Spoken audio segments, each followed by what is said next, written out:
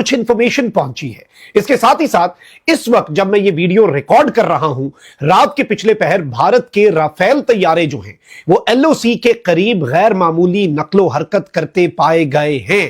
یہ ڈیولپمنٹ اتنی امپورٹنٹ ہے کہ اسے اگنور کرنا اس وقت امپاسبل ہو چکا ہے. پاکستان اس بات کو سمجھتا ہے کہ بھارت کی جانب سے جو خاموشی ہے ایل او سی کے اوپر انٹرنیشنل بارڈر پر لگاتار 7 راتیں جو ہیں وہ بھارت اشتعال انگیزی کرتا رہا لیکن پھر بھارت خاموش ہو گیا.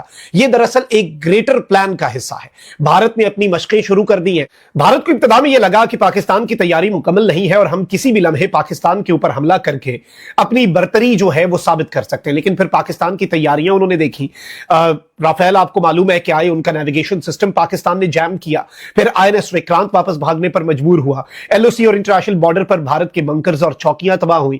یعنی تینوں محاذ جو تینوں فورسز ہیں انہیں پاکستان کی تیاری کا جب پتا چلا تو انہوں نے اپنی مشقیں شروع کر دی اور اپنی چیزوں کو درست کرنے کا اس وقت انہوں نے فیصلہ کیا. اور اب یوں لگ رہا ہے کہ سچویشن خراب ہے کیونکہ معاملات کی سنگینی کا ادراک آپ کو یہاں سے ہو جائے گا کہ پاکستان کے جو یو این سیکیورٹی کاؤنسل کے اندر انوائے ہیں, جو مستقل مندوب ہیں اقوام متحدہ میں, اور یو این کی سیکیورٹی کاؤنسل, یاد رکھے گا یو این ایس سی بہت امپورٹنٹ ہے, اس کے اندر جو پاکستان کے انوائے ہیں انہوں نے یہ بتایا ہے کہ اس وقت credible intelligence indicates an imminent threat of Indian military action against us. Pakistan نے یو این ایس سی کے اوپر واضح کر دیا ہے کہ ہمارے پاس ابھی بھی یہ انفارمیشن ہے کہ بھارت کی جانب سے ہماری سائڈ کے اوپر حملہ ہونا ہی ہونا ہے. اب جو انڈین گورنمنٹ کے سورسز ہیں انہوں نے انڈین ایکسپریس جو کہ بھارت کا ایک جریدہ ہے اسے یہ کنفرم کیا ہے کہ India is preparing for military retaliation. یعنی وہ تو ریٹیلیشن اور اسے بدلا ہی کہیں گے, آلدو یہ اٹیک ہوگا, ایگریشن ہوگا, ریٹیلیٹ تو پاکستان کرے گا. آلدو بھارت جو ہے اس کے اندر اب بھارتی میڈیا کو یہ ان کے اپنی گورنمنٹ کے جو سورسز ہیں اور ملٹری کے جو سورسز ہیں وہ یہ کنفرم کر رہے ہیں کہ بالآخر ہم نے اپنی پلاننگ مکمل کر لی ہے. آلدو اس سب کے اندر بھارت جو ہے اس کا رونا جو ہے وہ بھی شروع ہو چکا ہے اور بڑا انٹرسٹنگ ہے بھارت کا رونا. اب بھارت کا یہ ایک جرنلسٹ ہے آدتیہ راج کول, یہ کیا کہتا ہے کہ جی Pakistan is preparing to test fire surface to surface ballistic missiles soon under such violent conditions between India and Pakistan. This is blatant yet reckless act of provocation and dangerous escalation in its hostile campaign against India. یعنی پاکستان چونکہ اب آپ کو پتا ہے کہ مکمل طور پہ اپنی تیاریاں جو ہیں وہ ایسی بڑھا چکا ہے کہ بھارت کو اچھی خاصی پریشانی اور بھارت کے جو پلانز ہیں انہیں ایک بریک لگی. اب اس سب کے اندر یہ کہہ رہا ہے کہ پاکستان جو سرفیس ٹو سرفیس میزائلز ہیں ان کا بہت جلد تجربہ کرنے جا رہا ہے اور یہ اس انتہائی کروشل مرحلے جو انڈیا اور پاکستان کے درمیان چل رہا ہے اس کے اندر یہ ایک بلیٹنٹ اور ریکلیس ایکٹ ہے ہمیں اشتعال دلانے کا, اور یہ ڈینجرس ایسکلیشن ہوگا. بھائی یہ کیسے ایسکلیشن ہو گئی؟ ایسکلیشن تو وہ ہے جو آپ تڑیاں لگاتے ہیں, ایسکلیشن تو وہ ہے جو آپ لوگ کر رہے ہیں.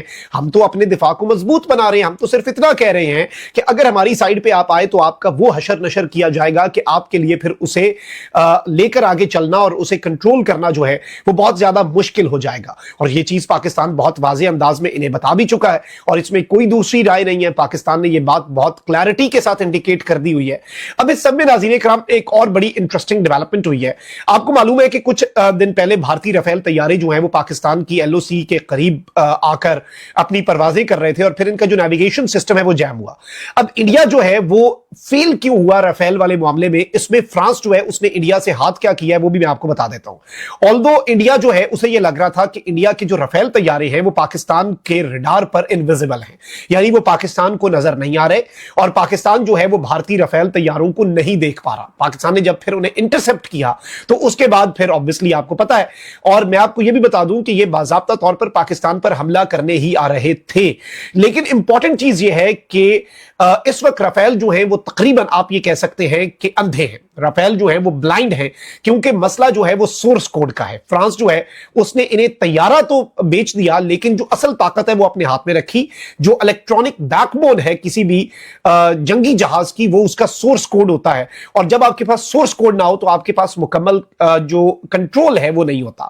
اب میں آپ کو یہ بھی بتا دوں کہ جو میراج 2000 طیارے ہیں اس کا بھی یہ since the 80s they are waiting, یہ میں پڑھ رہا تھا سوشل میڈیا پر ایک بڑا بہترین انالیسس کہ یہ جو